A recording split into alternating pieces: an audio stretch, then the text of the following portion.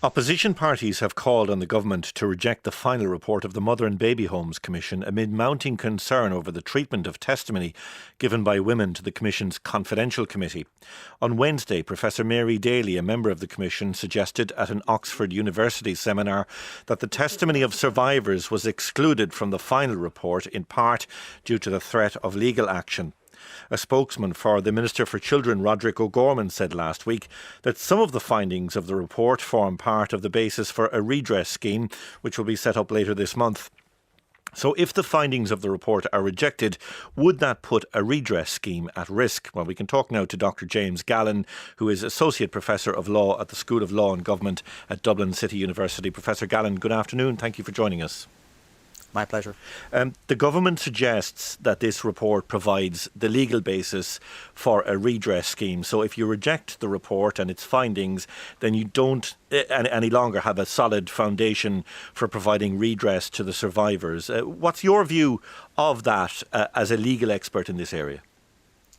Thanks. That's both legally and politically inaccurate. So Section 19 of the Commission of Investigation Act says none of the evidence, whether statements or documents given to the Commission, can be used in proceedings, whether criminal or civil. So the Commission report has no ability to be used in litigation. Secondly, the practice of redress and reparation in Ireland has been since the Residential Institution Redress Board scheme ex gratia, which means as a gift and without legal admission of liability.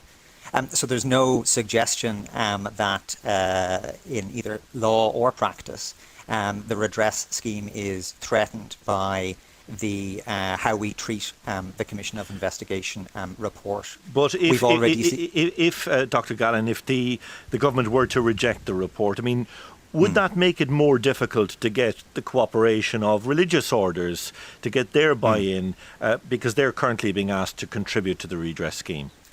That's right, and a number of them have already issued apologies on foot of the report. And those apologies, again, are not of a legal nature, but are of a moral and political and perhaps religious nature, admitting remorse and regret and perhaps fault for the way in which these institutions were operated. So, look, I would have serious problems with the recommendations that are given to the Commission, or by the Commission, regarding redress. And the Commission states itself that any decision on redress is a matter for government. So it's for government and for the religious orders at a political level to decide whether they want to make this contribution. You know, if the religious orders take the view that their contribution is dependent upon the veracity of the report, I think that's quite a narrow and legalistic and miserly approach. If you look at how this has been treated in other jurisdictions, Australia changed the law to make it easier to sue religious orders. And then the following year, those religious orders contributed to a national redress scheme. So there are alternatives to suggesting that we can only rely on the report and the credibility of it. There are clearly concerns about this report, concerns articulated by the survivors. What should happen next? I mean, can that report be re-examined or rewritten, or can the survivors' testimony be added to the final report? Or, given that the Commission has now effectively been disbanded, is that the end of it? Well, there have been a number of calls to ask the commissioners to come before the Oireachtas on an Oireachtas committee to answer to the report and to the concerns and criticisms that have been raised. The commissioners are not legally obliged to do so, but they're not legally prohibited from doing so either. So I think given the controversy, given the risk of harm and re-traumatisation to survivors, an appearance by the commissioners or perhaps other authors of parts of the report would be appropriate. In terms of going forward, the report was a very slow process. It took five years, and so the idea of doing it again or reopening it, I think, is problematic. Last year, the government committed to the creation of a national museum and archive of institutional adoption and other care records. Nothing's been done since, but that was their commitment on 28th of October. I think what's critical now is that survivors are empowered. They're empowered by getting access to records and being able to add their testimony, whether oral evidence or sworn affidavit, to a national repository so that it forms part of our national heritage, forms part of a national archive and museum, and that we can use to curate a more comprehensive and more rigorous basis for understanding the abusive aspects of our past. The records piece is key because if we're talking about redress, it would be perverse to suggest that survivors should apply for redress on the basis of this Commission report or on the basis of records that they haven't seen themselves. And so the sequencing here matters a great deal. Survivors, in my view, should be empowered to access any personal information about them and any administrative records or process records that concern them as well before they're given the opportunity then to apply for redress. I think that's a more meaningful way to respond to the report. The report is the outcome of a process that has extracted survivor testimony at great cost to those affected, at risk of distress, re-traumatization, at the risk of being lied to or being used as to what their testimony was going to be used for. So I think really changing the structure of our process, instead of doing things on behalf of survivors, we should be working as a state and as a society with survivors to empower their interests and empower their voices. So that would be my approach, which I think is to prioritise access to records. I'm aware the government is advancing legislation on access to adoption records at the moment, but there's a broader universe of information out there that survivors are entitled to have access to. Okay, and I think there's no suggestion at the moment, there's no suggestion or no evidence that anybody was lied to, but I do want to ask you, are there lessons here for the future if the Commission is now saying that resources and time were an issue for them? Was a Commission of Inquiry the wrong option to take? Should the government perhaps have established a tribunal or a different type of forum to deal with the mother and baby homes issue? Well, look, I mean, I think this controversy could have been avoided. The Commission returned half of its budget, so it could have spent the money integrating survivor testimony from the Confidential Commission into the main report. It could have issued an interim report suggesting what its methodology was for the treatment of survivors. It could have advertised the investigative committee as well as the confidential committee. It only advertised one of those to the public and to survivors. This isn't hard. The Northern Irish report on mother and baby homes and Magdalen laundries have published a methodology section. The English Institutional Inquiry into Child Abuse have published a methodology section. Our peers are doing better than us, and I think we've had 20 years of a practice that has really treated survivors quite poorly. And if we look around a little further, we can see much better practices. All right. Dr. James Gallen, Associate Professor of Law at the School of Law and Government at Dublin City University, thank you very much indeed for talking to us. Well, we're joined now in studio by the Green Party leader and Minister for Environment, Climate and Communications, Eamon Ryan. Minister, good afternoon. Thanks for coming to us.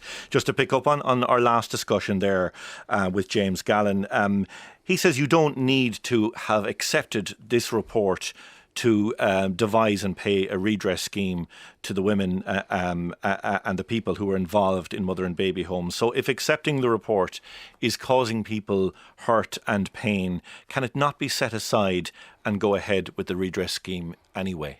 There will be a redress scheme. Mr. Gorman is progressing that and 22 other actions that he committed to when the Commission's report was published. We need to do more, though. We first will need to recognise that there is in the report real key issues that we agree on, or the tragedy that 9,000 babies had died, the recognition of that, the recognition that the state let this happen. The recognition that some of the living conditions were atrocious, that we don't want to revoke or repudiate that. Okay, but there are other things in that report. It says that there was no forced labour, no forced incarceration, and no forced adoptions, and all of those claims are disputed by the survivors, and yet the government has accepted the report and therefore accepted those claims. But I think the key thing here, and Dr. Gallen said this, and I would agree with them, we actually need to heed. So, what are the survivors looking for? offer. And it's clear in that changing, firstly, the rules regarding personal information. And we've done that now. Mr. Gorman has published the Birth Information and Tracing Bill, which is critical.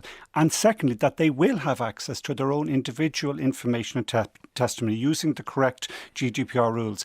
Most critically, perhaps, that museum and also that this is not a finished process. There is actually now the critical point will be an open national records centre where their lived testimonies can actually be accessed, can be actually stored, can actually be acknowledged and recognised. This is not a finished process. And it's in that, along with the redress schemes, that we need to manage and deliver now. What about calls from opposition parties to repudiate this report, to reject its findings, given the concerns that have been raised by survivors? What do you first say and foremost, to that? I think we would like the commissioners to go in to speak to the Oireachtas Committee to be able to answer those questions, to be able to explain. That's the proper forum to do it, rather than an independent or private academic event. So that in my mind, that would be a better way of actually hearing from the people who drafted the report to the approach that they had taken. What we don't want to do is to take the focus away from what the actual survivors want, which is how their stories continue to be managed and their information is made accessible to them. I think that's their first priority, and that's what we should focus on. I want to ask you about the disorder on the streets of Dublin over the last 2 nights. Are you concerned when you see Gardaí with shields and batons closing off streets, charging down against people? Was that a proportionate response by the Gardaí? Of course I'm concerned, because in truth we have done well as a country and as a city in terms of we've actually created safe social spaces outdoors throughout this pandemic. We don't want to lose that.